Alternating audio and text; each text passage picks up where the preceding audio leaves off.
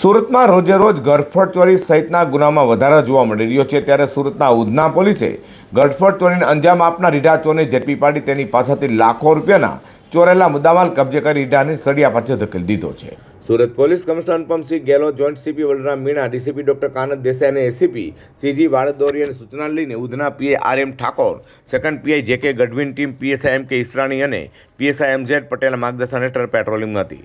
ત્યારે ઉધના ખાતે આવેલા મોરારજી વસાહતના અશોક સમ્રાટ નગરના મકાને ગત તારીખ 21 મેના રોજ બપોરના સમયે નિશાન બનાવી મકાનમાંથી રોકડા રૂપિયા 5 લાખ તથા સોના ચાંદીના દાગીના મળી 7,10,000થી વધુની ચોરી થઈ હોય, જેની તપાસ પોલીસે હાથ ધરી હતી અને સ્થાનિક વિસ્તારના સીસીટીવી ફૂટેજ તથા હ્યુમન સોર્સિસની મદદથી અનામેડ કોન્સ્ટેબલ અરવિંદ ઉગાભાઈ, અનામ પોલીસ કોન્સ્ટેબલ જયેશ ખીમજીભાઈને મળેલી બાતમીના આધારે ઉધનામાં ગરફોડ ચોરને અંજામ આપનાર રીઢા ચોર એવા ઉધના મોરારજી વસાહત રોડ નંબર 9માં રહેતા સુનિલ ઉર્ફે સમો મુકુંદ રાઠોડને ઝડપી પાડી તેની પાસેથી ગરફોડ ચોરીમાં ગયેલા 7,10,000 રૂપિયાથી વધુના મુદ્દાલમાંથી 3,01,000થી વધુનો મુદ્દામાલ કબજે કરી રીઢા ચોર સુનિલ સમો રાઠોડને સળિયા પાછળ ધકેલી દીધો હતો.